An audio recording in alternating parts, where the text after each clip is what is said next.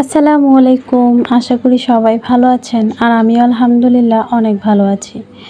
তো এখন ছাদে চলে যাচ্ছি আর কিছু সবজির খোসা রয়েছে, এগুলো নিয়ে ছাদে চলে যাব। আর এদিকে আপনাদের একটা জায়গা দেখাচ্ছি, এটা হচ্ছে এই জায়গাটাতে আগে আমার সব গাছপালা ছিল। আগে তো ছাদে ওঠার ব্যবস্থা ছিল না। তো এখন এখানে রয়েছে একটা ধুদল গাছ, দেখুন এখনও হয়নি, শুধু ফুলই হচ্ছে। আর একটা সজনে গাছ রয়েছে যেটা 12 মাসই আমার হাজব্যান্ড এনে দিয়েছে।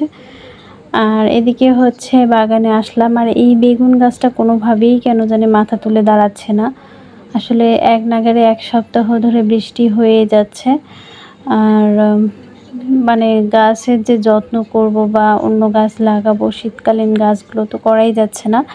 আমি অনেক জায়গায় মরিচের বীজ ছিটিয়ে দিয়েছি, কিন্তু সে গাছগুলো হয়নি। আবার পালং শাক, ধনে শাকের যে বীজগুলো দিয়েছি সেগুলো বৃষ্টির কারণে নষ্টই হয়ে গিয়েছে। এখন পর্যন্ত বীজ দেওয়া সম্ভব হচ্ছে না, কারণ এক নাগাড়ে বৃষ্টি হয়ে যাচ্ছে। আর এদিকে দেখুন আলুর মাথাগুলো যে দিয়েছিলাম সেগুলো বেশ বড় হয়েছে গাছগুলো। আর প্রত্যেকটা গাছই বড় হয়েছে, দেখুন মূলো শাকগুলো কত বড় হয়েছে। আর সাথে কিন্তু মানে ঘাসগুলোও বড় হয়েছে। আর আজকে শাকটা তুলবো না, আসলে ইচ্ছা করতেছে বাগানের টাটকা শাক একদম অর্গানিক, এগুলো তুলে নিয়ে গিয়ে একটু রান্না করি, কিন্তু না আজকে করব না, কালকে নিয়ে যাবো আল্লাহ বাঁচায় রাখলে। আর এদিকে হচ্ছে হালকা একটু বাতাস হচ্ছে, যার কারণে বেডের যে পলিগুলো রয়েছে সেগুলো উড়ে একদম গাছেই পড়ে যাচ্ছে। আর এদিকে দেখুন আমি যে ছোট্ট মাচা দিয়েছি, খুব বেশি খাটনি হয়নি মাচা দিতে। আমার বাসায় যে ছোট কয়েকটা লাঠি, মানে এগুলো বাঁশের যে লাকড়িগুলো ছিল, ছোট ছিল জন্য আমি ওয়ালের সঙ্গে ওয়ালের মাপ দিয়েই দিয়েছি। দেখুন একদম হাতে খুব কোনো বেশি কষ্ট হয়নি। 2 দিকে 2টো খুঁটির আকারে করে দেখুন এই যে লাকড়িগুলো দিয়ে তার মধ্যে দড়ি দিয়ে 2 পাশে বেঁধে দিয়ে মাঝখানে শুধু একটু করে দিয়েছি লাঠি দিয়ে, তার উপরে আরেকটা দিয়ে দিয়েছি। মানে কোনো কষ্ট হয়নি দিতে বা কারো সাপোর্ট লাগেনি, আমি নিজেই দিয়েছি। আসলে যখন যেটা হাতের কাছে যেরকম থাকে সেরকমভাবেই চালিয়ে নেওয়াটাই হচ্ছে বুদ্ধিমানের কাজ। আসলে হেল্প করার মতো সেরকম কেউ ছিল না, আর আমি যে মাচা দিব সেরকম কোনো উপকরণও আমার কাছে ছিল না। তো যতটুকুন ছিল ততটুকুনি আমি আমার মতো করে কাজে লাগানোর চেষ্টা করেছি। অত চাপ নেওয়ার আমার মনে হয় না দরকার আছে। আর এদিকে হচ্ছে দেখুন আমার সম্পূর্ণ গাছ লাগানো শেষ। আমার আর কোনো গাছ মানে কাটিং নেই যে আমি লাগাবো। যেহেতু এই মুহূর্তে আমার কাছে কোনো বেডও নেই আর কোনো গাছও লাগানো নেই, তাই ঝামেলাহীন রয়েছি। তবে 2-একটা রিপোর্ট করলে খুবই ভালো হতো। তো নার্সারি যাওয়া হচ্ছে না, বৃষ্টির কারণে কোনো কাজও হচ্ছে না। আর এদিকে দেখুন এই চন্দ্রমল্লিকাটা খুবই ঝোপালো হয়েছে। এটাকে সম্ভবত কি যে বলে ভুলে গিয়েছি, মানে ছোট অনেকগুলো চন্দ্রমল্লিকা যে হয় সেটা।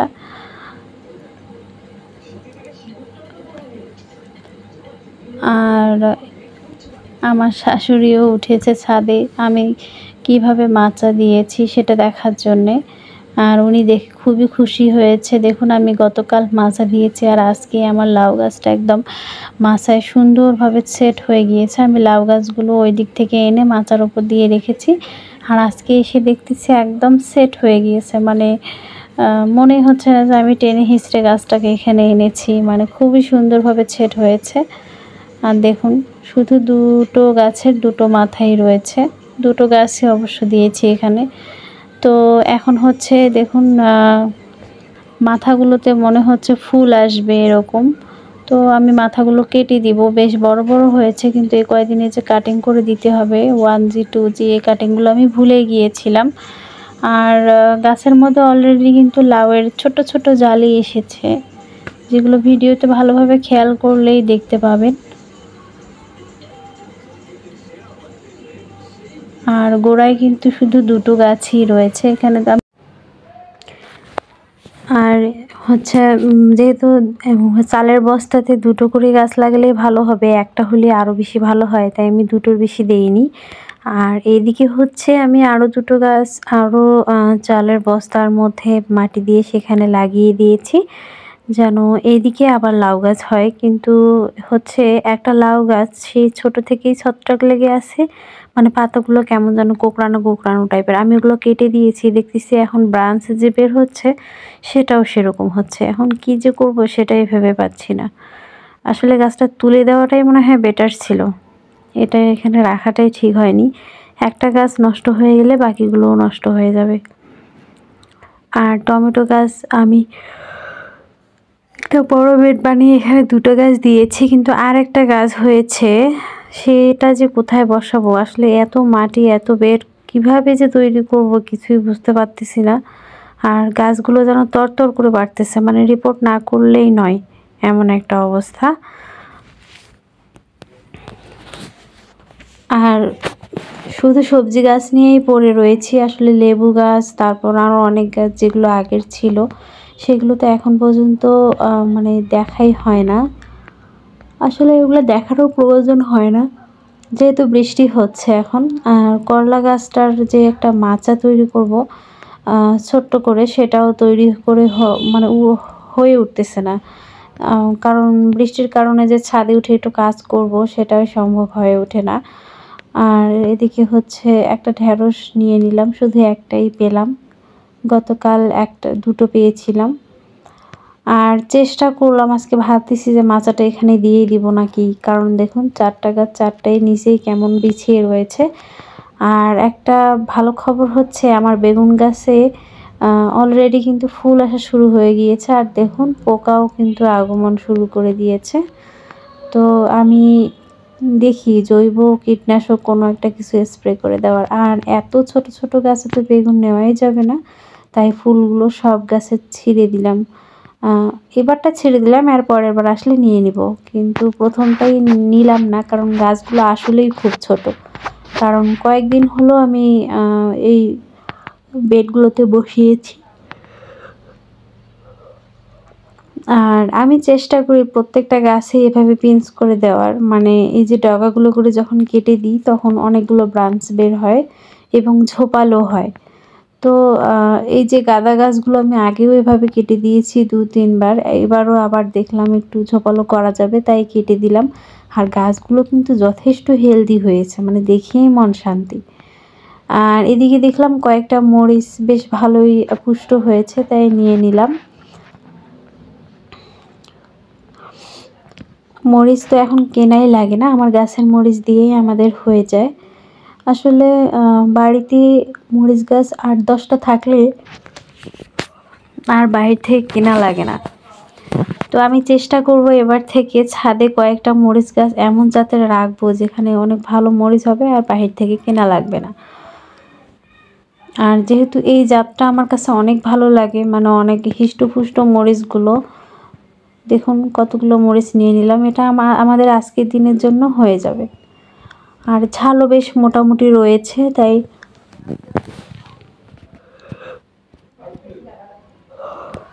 এই জাতটাকে আমি আমার বাগানে রাখবই, নষ্ট হতে দিব না। আর দেখুন সবগুলো গাছেই বেগুনের ফুল এসেছে, তাই আমি সেগুলো কেটে দিলাম, কারণ গাছগুলো আরেকটু হেলদি হওয়া দরকার। যদিও বা গাছগুলো হেলদিই রয়েছে, তবে আরেকটু বড় হওয়া দরকার আর কি।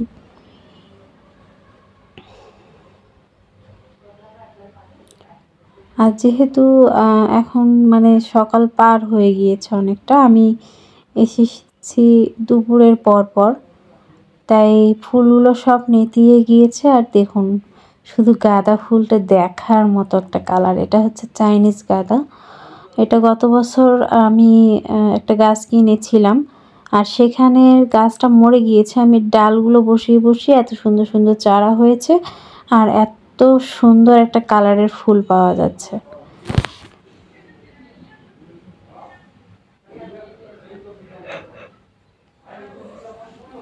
সবগুলো গাছে আসলে নষ্ট হয়ে গিয়েছে, আর কাটিংগুলো অনেক ছোট ছোট, তবে আমি এই গাছটাকে রেখেছি শুধু ফুলটা দেখার জন্যে। আর এদিকে দেখুন সাদা যে কাটিংটা বসিয়েছি সেখানে অনর্গল ফুল দিয়েই যাচ্ছে, এখনও রিপোর্টও করিনি ভালো করে, তাতেই দেখুন ফুল কত সুন্দর পাচ্ছি। আর চন্দ্রমল্লিকাগুলো ঝোপালো করার চেষ্টায় রয়েছে, কিন্তু যেটা আমি কেটে দিলাম এটা মনে হচ্ছে স্নোবল কি না আমি কিছুই বুঝতে পারতেছি না। আসলে ফুল হলে বোঝা যাবে কোনটা স্নোবল আর কোনটা মানে ছোট ছোট যে চন্দ্রমল্লিকার ফুল হয়, আবার একটা এমনিতেই যেটা নর্মাল ফুল হয় সেটা। সব গাছ গুলিয়ে গিয়েছে, তাই আমি সবগুলোই ঝোপালো করতেছি। সম্ভবত স্নোবল যেগুলো, সেগুলোর পাতাগুলো কিন্তু অনেক বড় বড় হয়, কিন্তু আমি বুঝতেই পারতেছি না কোনটা কি করব, তাই সবগুলোই ঝোপালো করার চেষ্টা করতেছি, পরে দেখা যাবে। আর এদিকে চাইনিজ গাঁদাগুলো বেশ লম্বা লম্বা হয়ে গিয়েছে।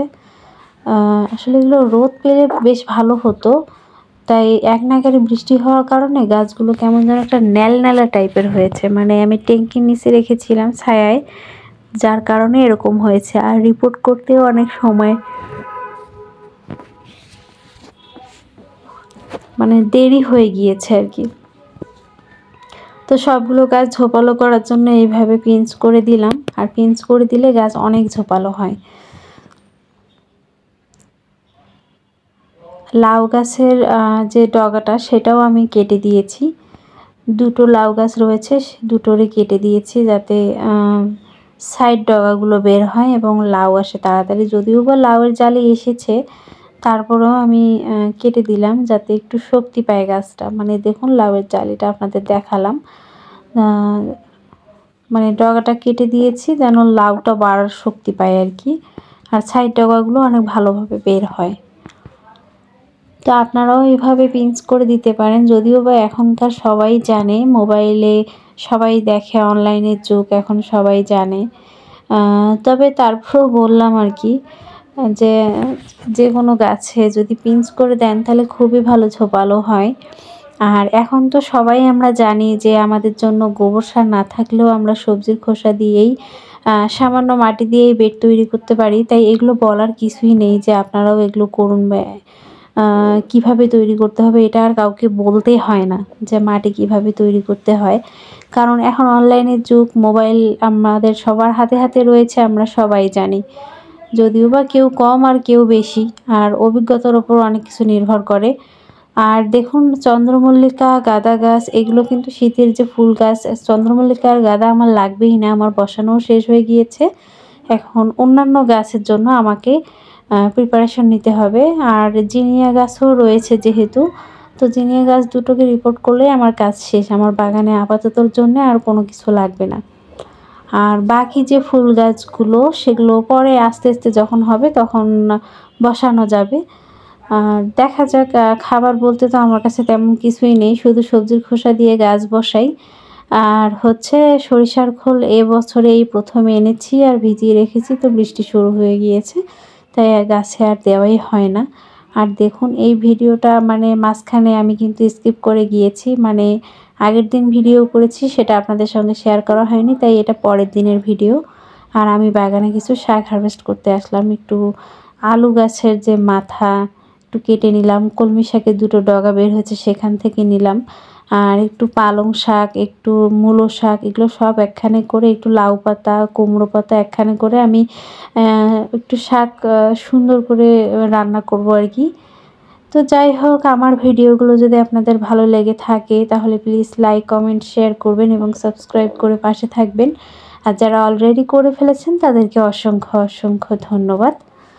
আর আমার ভিডিওগুলো যদি আপনাদের ভালো লেগে থাকে তাহলে প্লিজ প্লিজ যারা নতুন বন্ধু তারা অবশ্যই সাবস্ক্রাইব করবেন এবং আমার সাথে থাকবেন। তো সবাই ভালো থাকবেন, সুস্থ থাকবেন, আমাদের জন্য দোয়া করবেন। আর আমিও ইনশাল্লাহ বেঁচে থাকলে সবার জন্যই দোয়া করব। ফি আমানিল্লাহ।